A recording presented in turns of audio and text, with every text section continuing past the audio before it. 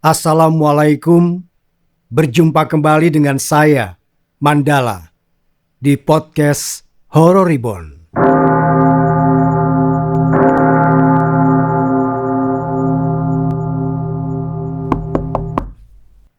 Assalamualaikum.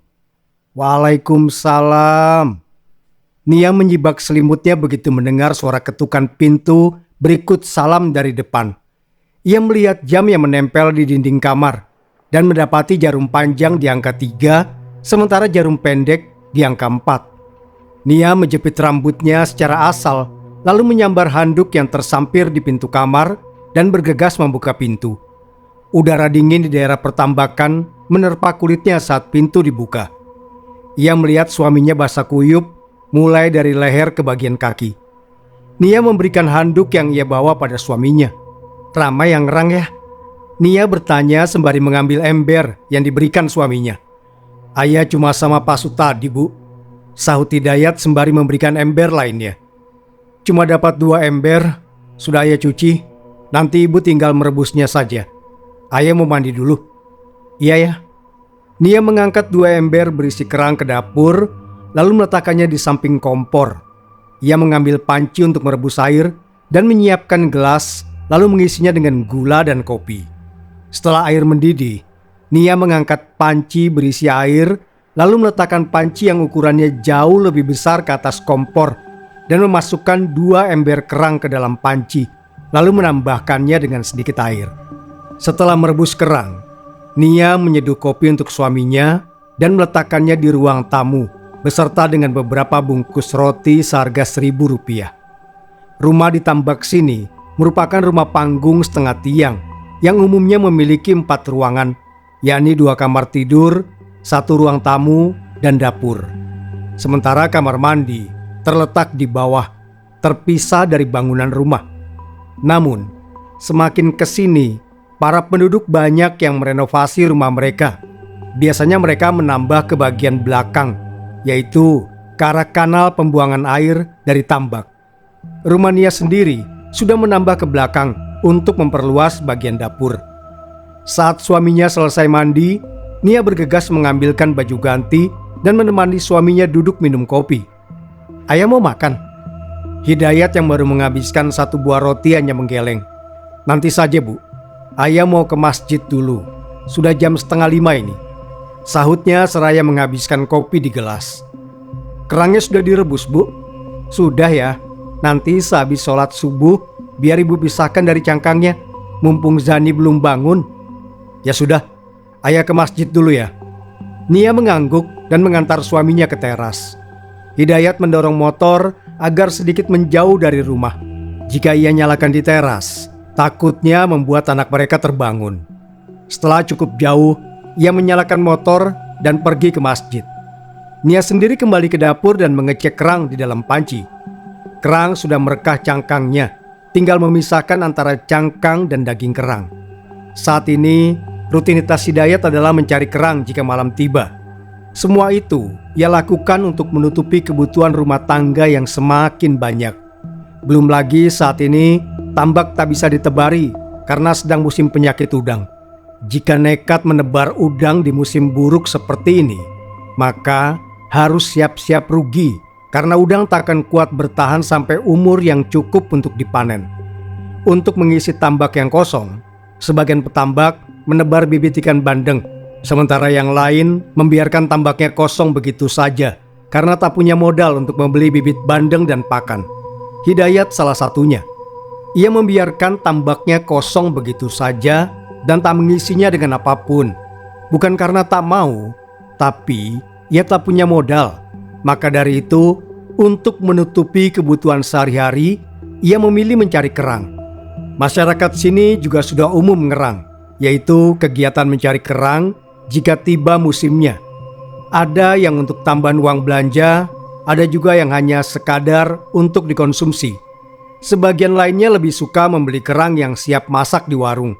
Tentu saja, mereka adalah orang-orang yang punya tabungan atau malah punya usaha di kampung halaman.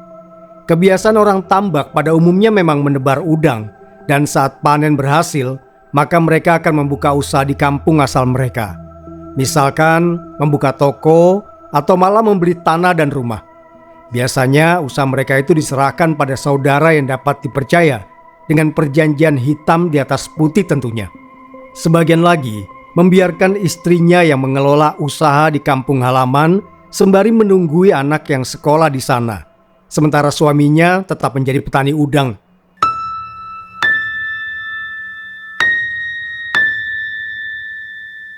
Nia memilih membuat sarapan lebih dulu. Ada nasi sisa semalam yang akan ia buat nasi goreng. Suaminya pasti lapar dan nanti sepulang dari masjid akan meminta sarapan. Selesai menggoreng nasi, Nia menatanya di meja dapur dan menutupnya dengan tudung saji, lalu memilih untuk sholat subuh terlebih dulu. Usai sholat subuh, Nia mendengar suara motor suaminya berhenti di teras. Ia beranjak dan menyiapkan sarapan. "Sarapan dulu ya." "Iya Bu, ini ada pisang goreng. Tadi ketemu bapak waktu sholat subuh dan pulangnya disuruh mampir untuk mengambil pisang goreng." Nia menerima bungkusan plastik yang diberikan suaminya. Pisang goreng masih mengepulkan uap panas saat Nia membuka tutup Tupperware. "Zana sudah bangun ya?" tanya Nia seraya meletakkan pisang goreng di piring dan menyajikannya. "Sudah, lagi menangis tadi. Mau ayah gendong, tapi kata bapak biar saja, nanti biar ibu yang antar ke sini." "Zani belum bangun memangnya?" "Belum ya, biar sajalah, nanti biar ibu bisa memisahkan kerang dulu," sahut Nia seraya memakan sepotong pisang goreng. Nia dan Hidayat memang memiliki anak kembar, yakni Zana dan Zani. Tapi karena ibunya Nia merasa bahwa Nia pasti akan kerepotan mengasuh mereka secara bersamaan, maka ia mengusulkan agar Zana dan Zani bergantian dia bawa ke rumahnya. Semisal hari ini Zana menginap di rumahnya, setelah 3 hari maka Zana akan dikembalikan dan ia gantian membawa Zani. Nia dan Hidayat setuju karena dengan begitu Zana dan Zani tetap akan merasakan asuhan kedua orang tuanya. Sementara untuk mengasuh keduanya secara langsung, Nia tidak mampu karena jahitan yang ia terima pasca melahirkan cukup banyak hingga menyulitkan pergerakannya. Sedangkan Hidayat tak bisa selalu di rumah karena sibuk mencari nafkah. Sebenarnya, Hidayat bisa saja meminjam uang kepada bos buyer yang menebar udang di tambaknya. Tapi, ia tak mungkin mengandalkan uang pinjaman untuk hidup. Ia jika panen berhasil, maka utang bisa dibayar. Jika gagal, maka bagaimana cara membayarnya?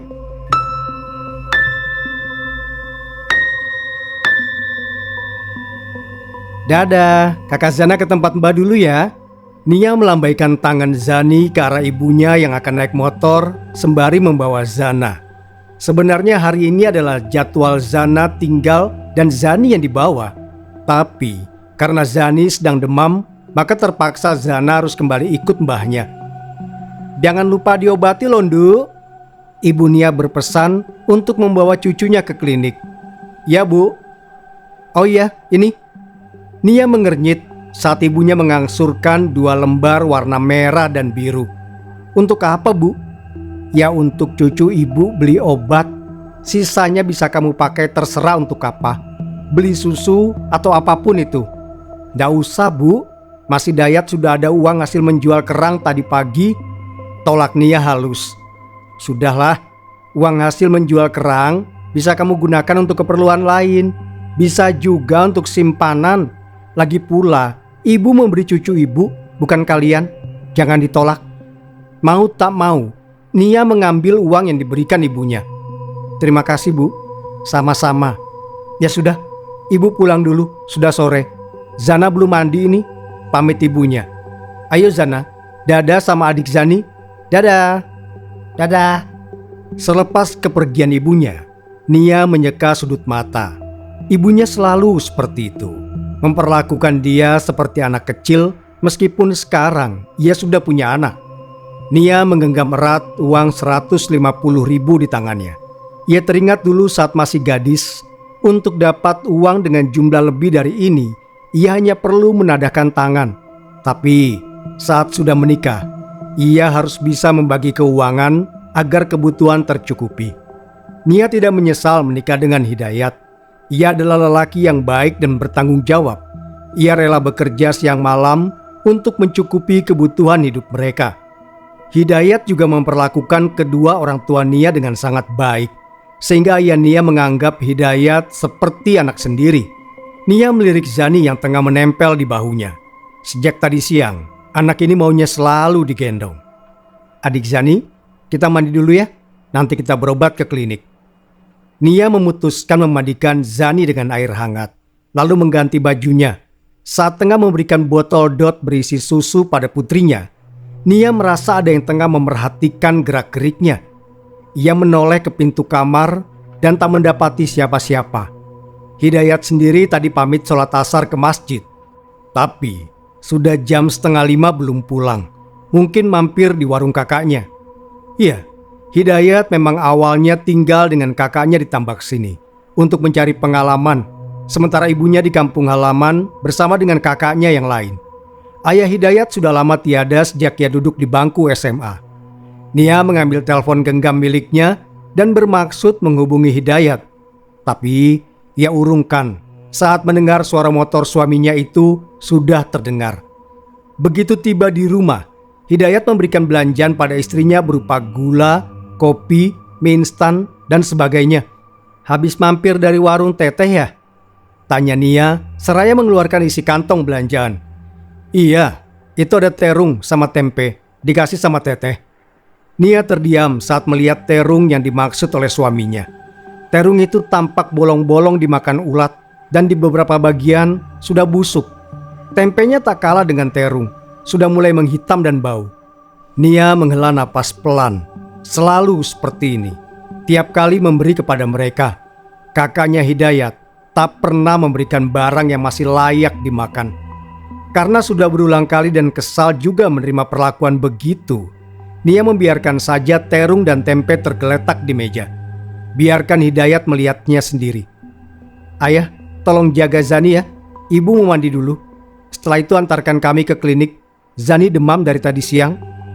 Usai menitipkan anaknya, Nia mengambil handuk dan turun dari tangga belakang rumah untuk ke kamar mandi.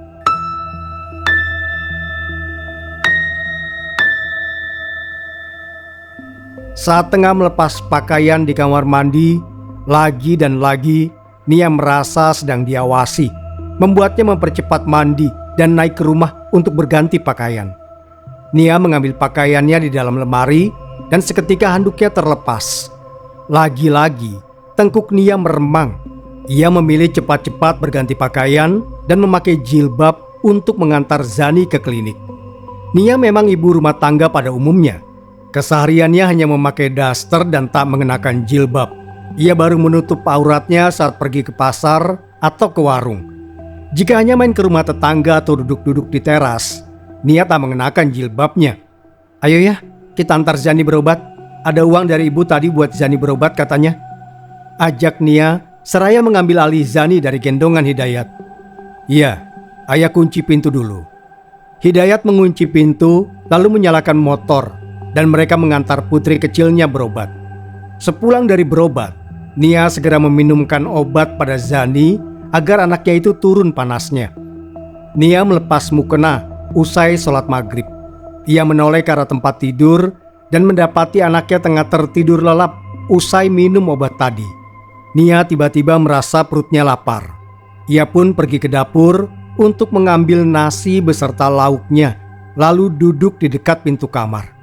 Ia memilih makan di sana bukan tanpa alasan, tapi takut saja kalau Zani bangun dan mencarinya. Suara motor dari arah depan membuat Nia beranjak membukakan pintu. Hidayat baru pulang dari sholat maghrib berjamaah di masjid. Entah karena terganggu dengan suara motor ayahnya atau karena tidurnya yang kurang nyaman, Zani tiba-tiba menangis histeris. Nia mau tak mau menunda makan malamnya dan segera mencuci tangan sembari meletakkan makanannya ke tudung saji. Ia mengambil alih Zani yang sudah digendong oleh ayahnya. Setelah putri kecil mereka digendong oleh ibunya, Hidayat memilih membuatkan susu yang baru. Siapa tahu anaknya itu haus, sementara susu di dalam botol dot sudah lebih dari 2 jam dan harus diganti. Nia memang tidak memberi ASI pada kedua bayinya. Bukan karena tidak mau, tapi ia memang tidak mampu. Air susunya tidak mau keluar meski sudah diobati. Bahkan sudah minum ASI booster berkali-kali. Air susunya hanya keluar sedikit dan jumlahnya tidak sampai setengah botol dot ukuran 150 mili. Ini susunya, Bu. Nia mengambil botol susu yang diberikan oleh Hidayat lalu menyuapkan bagian karet dot ke mulut anaknya. Tapi Zani menolak dengan menggeleng-gelengkan kepala.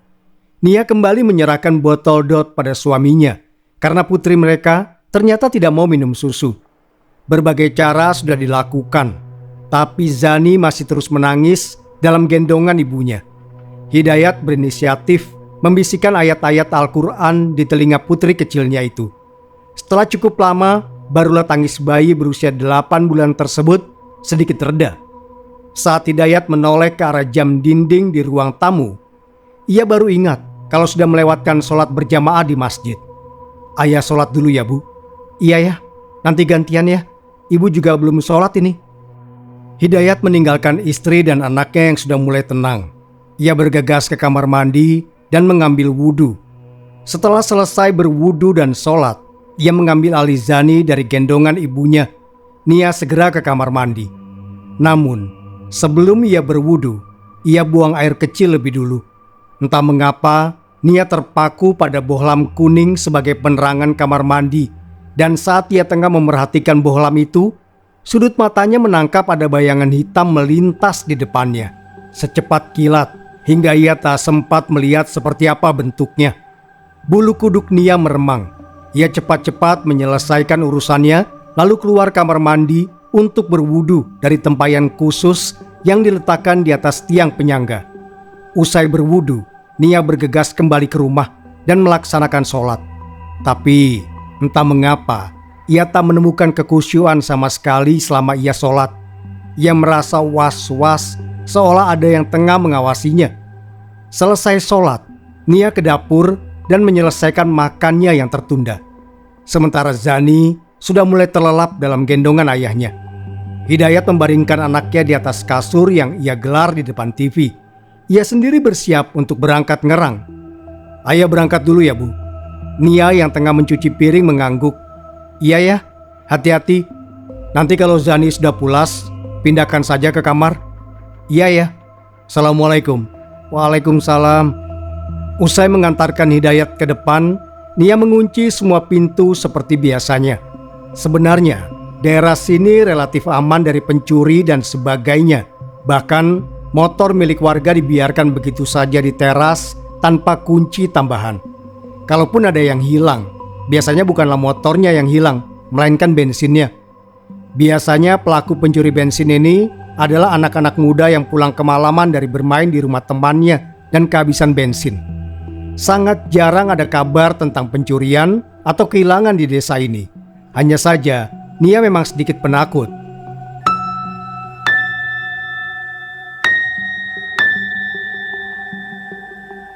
Malam semakin beranjak. Nia melirik jam dinding dan ternyata sudah jam setengah 10 malam. Ia memutuskan mematikan televisi dan mengangkat Zani untuk dipindahkan ke kamar. Sayangnya, saat masuk ke kamar dan baru menyentuh kasur, bayi kecil itu kembali terbangun dan menangis histeris. Nia kebingungan dan segera menggendong kembali anaknya. Ia meninabobokan Zani sembari terus mengayun-ayun pelan anak itu. Tapi Zani bukannya berhenti, malah semakin menjadi. Nia kehabisan akal. Ia akhirnya hanya menggendong Zani, berharap anaknya itu segera tertidur. Pukul 11 malam, barulah Zani kembali memejamkan mata dan Nia meletakkannya di kasur. Ia sendiri sudah sangat mengantuk dan lelah akibat menggendong bayi yang bobotnya sekarang sudah mencapai 9 kg. Saat tengah lelap tertidur, Nia mendengar anaknya merengek dan ia segera menepuk-nepuk punggungnya agar Zani kembali tidur.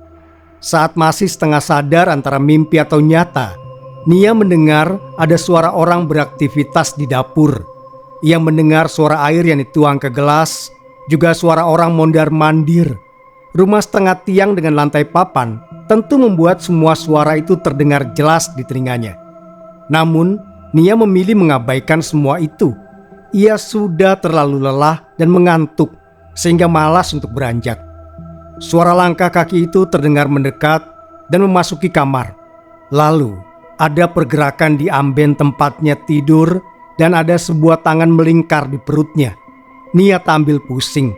Mungkin itu suaminya yang sudah pulang dan tak berniat membangunkan dirinya.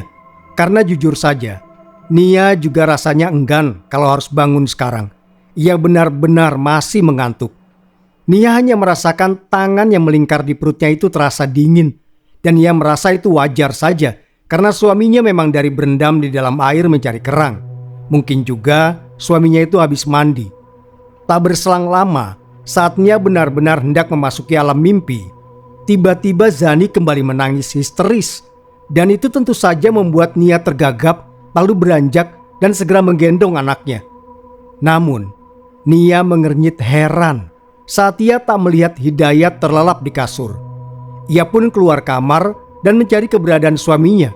Tapi, setelah semua ruangan ia periksa, ia tak mendapati keberadaan Hidayat di ruangan manapun. Saat ia kembali ke ruang tamu, seketika itu pula Nia tersadar bahwa semua pintu sudah ia kunci sejak suaminya berangkat tadi. Lalu, yang tadi itu siapa? Nia panik dan ketakutan begitu sadar bahwa yang memeluknya tadi bukanlah suaminya.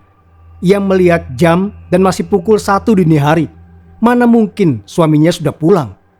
Akhirnya, ia berlari ke kamar untuk mengambil HP.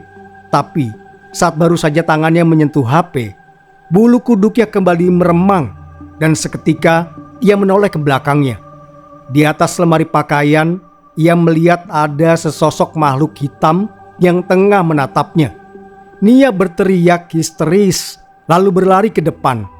Untunglah HP sempat dia genggam di tangannya dan ia bermaksud menelpon ayahnya karena Hidayat memang tak membawa HP. HP mereka hanya satu dan itu dipegang oleh Nia sekarang. Baru saja hendak menekan nomor ayahnya, pintu depan diketuk dari luar. Nia terjingkat saking terkejutnya. Bukannya membuka pintu, ia malah mundur ke pojok ruangan. Ia takut kalau makhluk yang ia lihat di kamar tadi ternyata sudah beralih ke depan pintu. "Assalamualaikum, Bu. Bu, buka pintunya." Terdengar seruan dari luar yang membuat Nia akhirnya bernafas lega sekaligus berani membukakan pintu. Saat pintu sudah terbuka dan Nia melihat Hidayat berdiri di teras, Nia menghambur ke pelukan suaminya sambil menangis. Hidayat heran melihat istrinya menangis kencang. Ia mengusap-usap bahu wanita itu, berusaha menenangkannya.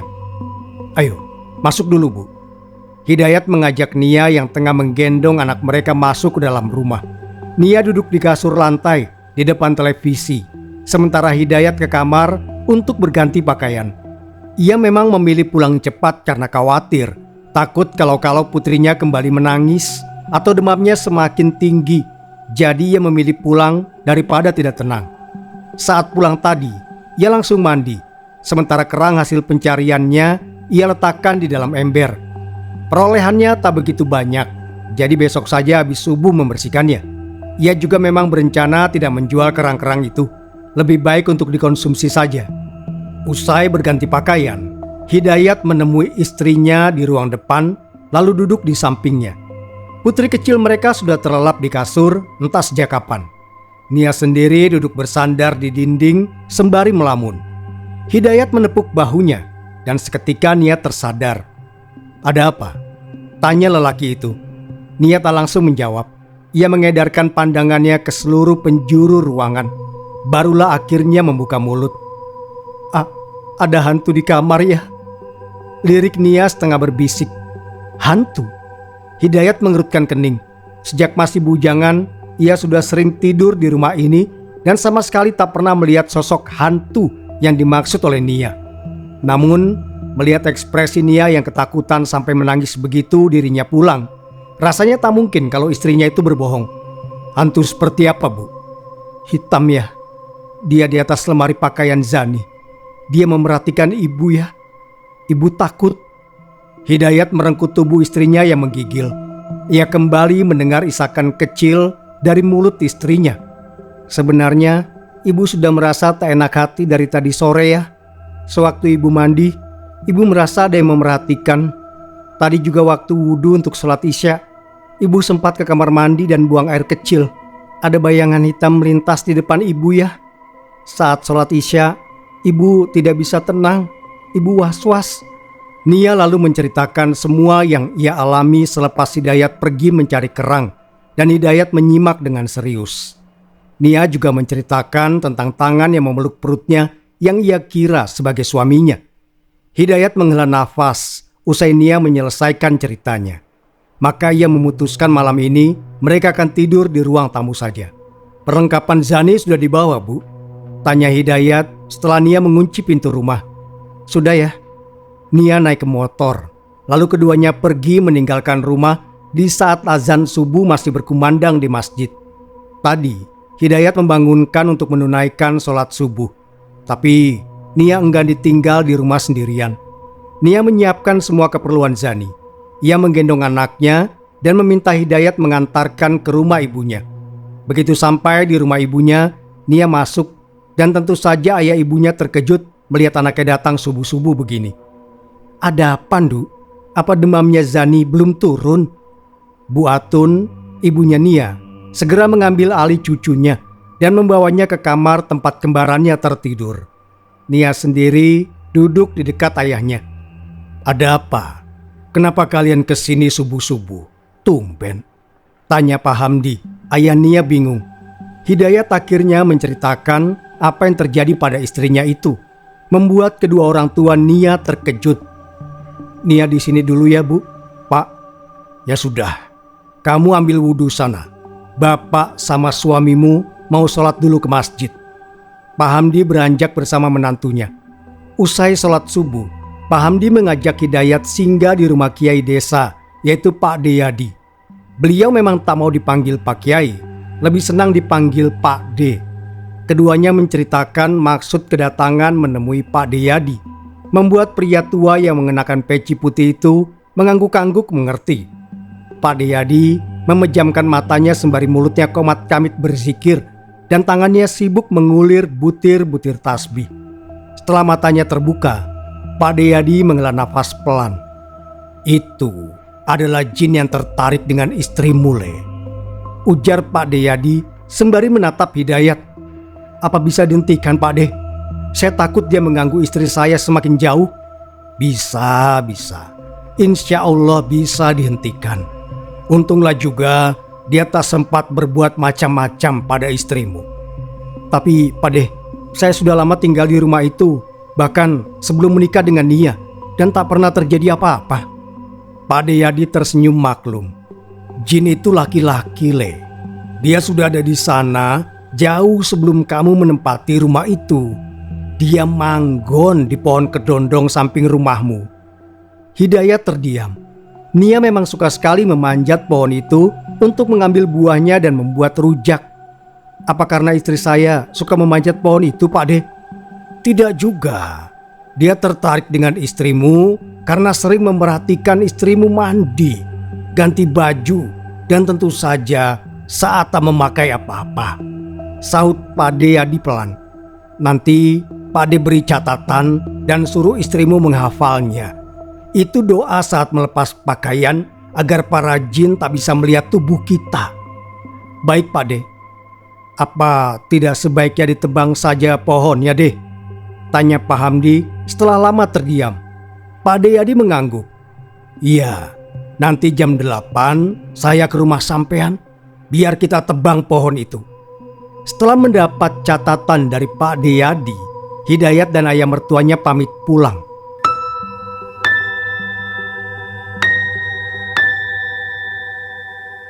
Kedua lelaki beda usia itu menyiapkan golok dan kapak untuk menebang pohon kedondong di samping rumah.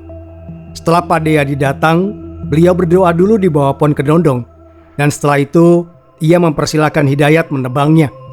Pak Deyadi juga membersihkan rumah Hidayat dengan air yang sudah ia bacakan ayat-ayat ruqyah.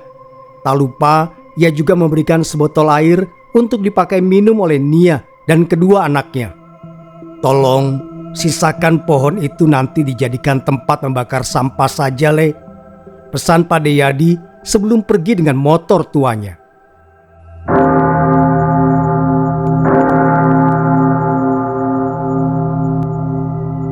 Terima kasih sudah mendengarkan. Wassalamualaikum warahmatullahi wabarakatuh. Sampai berjumpa kembali. Sapunyere pegat simpai, paturai patepang deui.